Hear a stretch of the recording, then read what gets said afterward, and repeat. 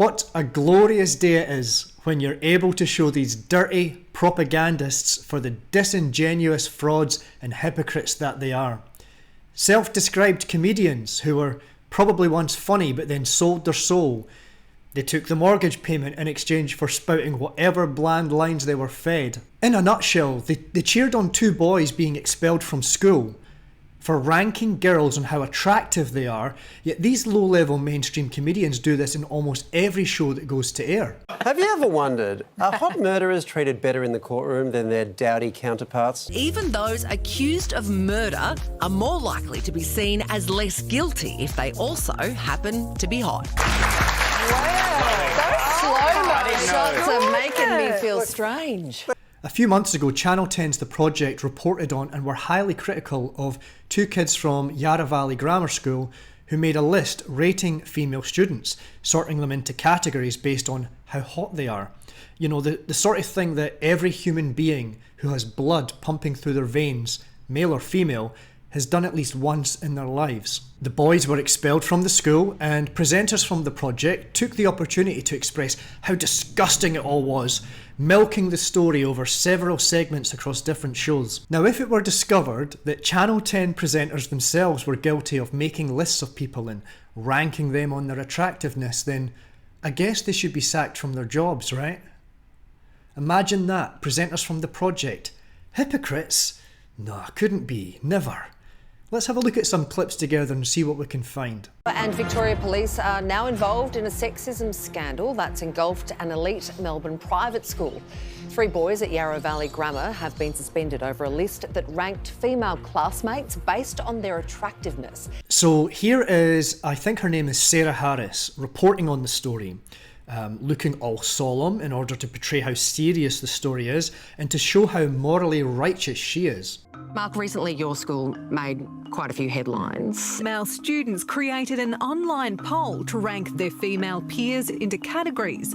Yet less than 2 weeks prior to this, she was cackling and guffawing away as they made jokes about female attractiveness and how men can be controlled by female attractiveness. And then this guy here makes a joke about how he loved to see women who he rates as 10 out of 10 out in the wild. I love seeing a 10 in the wild, you know? Oh,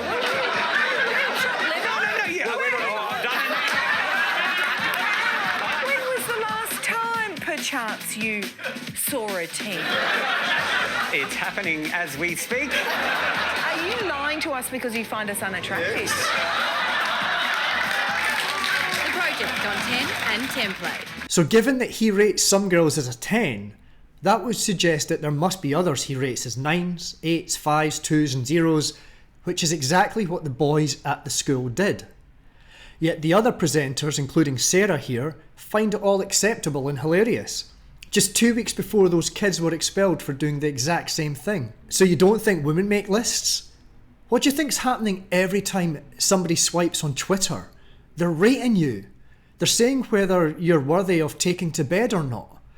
And let me tell you, women are way more brutal than men at this. Here is an analysis done of how men and women rate each other on dating app OkCupid. The men rating the women is pretty much as you'd expect. I believe you call that a bell curve. So you've got a small amount of women in the most unattractive column and a small amount of women in the very attractive column. Lots in the middle. But look at how us men get rated by the ladies. We must all look hideous to the girls. Look at that, over 80% of men get rated as less than average, not even worth a glance in the eyes of women. 12% of men are lucky enough to get into the average column, and less than 1% of men get rated in the top level for attractiveness. It's hilarious, and like I said, these women are brutal in their judgments. In another clip from The Project, some psychologist, who I guess you might say is fairly attractive, uses her big science brain to perform some research that leads her to the remarkable conclusion that attractive people have certain advantages in life. Wow, no shit. Jurors who perceive defendants to be more attractive are more likely to assign lesser sentences, and depending on the crime, the level of attractiveness can also vary. Within 1/10 of a second, we form a first impression of people we meet. If you met someone and thought that person was attractive, you're more likely to think that they have other positive qualities such as... I stopped that right there because her voice irritates me. So we all do it. We make these quick judgments on people based on how attracted we are to them. Shots are making me feel strange. Sarah herself here gushing at the end of the segment, clearly objectifying and rating all the guys and girls featured in the clip. Surely this is a sackable offence. Shots are making me feel strange. And there's many more clips of the project team doing this on their lame show. And I don't know if we can see the headwear again, but it just reminds me that I've got to take my dog to the vet. Tut tut.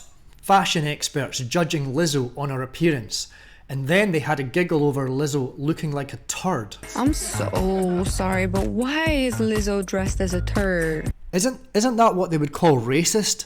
I'm pretty sure if I made a joke calling Lizzo a turd, that I'd be called a racist. It is racist. That's just a handful of clips. Go to their YouTube summaries and you'll find at least one clip a week that has them slapping each other on the back over some comment about hot men and hot women or highly unattractive men, which is a favourite of theirs. I heard on the radio a few weeks ago, and I regret not capturing a recording of it, one of their regular guests being interviewed, the intolerable Michelle Laurie. You'll note that in lieu of having much talent, she changed her name from the regular spelling of Michelle to some bastardised version in the hope that it would make her sound more exotic. So now it reads Michelle. What's wrong with your original name Michelle? Well, I just wanted to sound more fancy. So on this radio interview, she's talking about another Project regular, Steve Price, who happens to be the token centrist / right-winger that they get on so they can mock all his opinions. And all she could do was make disparaging remarks about him, about how short he is and that he needs a smelly booster cushion so he can see over the desk. As if this monstrosity of a woman is in any position to comment on someone else's appearance. Could you imagine the uproar if someone made a joke about her needing a reinforced chair in the way that she joked about Steve needing a booster seat? So that's your standard hypocritical, unfunny project host. But what about the school principal who expelled the boys? He doesn't get off the hook so easily. He's a prime example of a weak, spineless male. The type of man who is allowing our society and culture to be destroyed. He would not truly fight for anything if it meant a risk to his well-being. What he has done here is he sniffed the air, sensed that he had to make a move to preserve his position. He expelled the boys from the school and has come out with a piss-weak statement caving into the media in the usual outrage mob. And then he was rewarded for that by getting to appear on another project segment. We're unpacking it with a Project Table Talk. A Project Table Talk. Why did we allow this managerial elite fluff language to become the norm? It's organisational buzzwords, human resources driven shite. If Andrew Tate knocked on their front door, walked in and started spouting the things that he was spouting online, most families would throw him out. But he's coming in the house every night and talking to those young people and changing their worldview. Okay, so they got him on to comment about Andrew Tate and how Andrew Tate can influence kids through access to social media. Now, isn't that exactly what the project presenters are doing?